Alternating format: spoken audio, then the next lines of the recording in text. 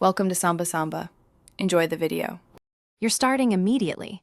Verify your Windows Edition under Settings so you know if native Bitlocker is present.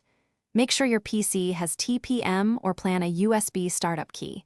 This affects how encryption unlocks. Backup critical files before changing disk state because encryption can complicate recovery. If you already have Pro, we'll use Bitlocker. If you're on Home, decide now whether to upgrade to Pro for full Bitlocker. Enable built-in device encryption when available, or use a trusted third-party tool instead. Once done with prerequisites, follow the correct path. On Pro, open Control Panel's Bitlocker Drive Encryption and select Turn on Bitlocker for the system drive. Choose TPM or USB key, set a PIN if prompted, and pick an encryption mode.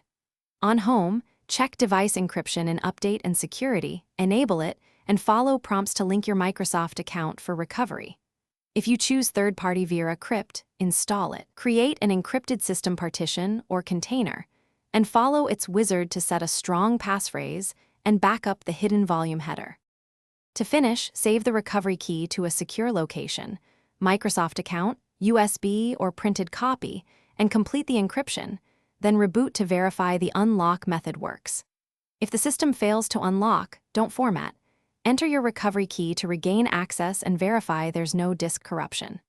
If problems persist, check TPM and secure boot settings in BIOS, update firmware and disk drivers, and consider temporarily disabling third-party disk tools. One troubleshooting tip: missing unlock? Try recovery key first, then BIOS TPM reset if you've verified backups. Thanks for watching. Consider subscribing if we helped you.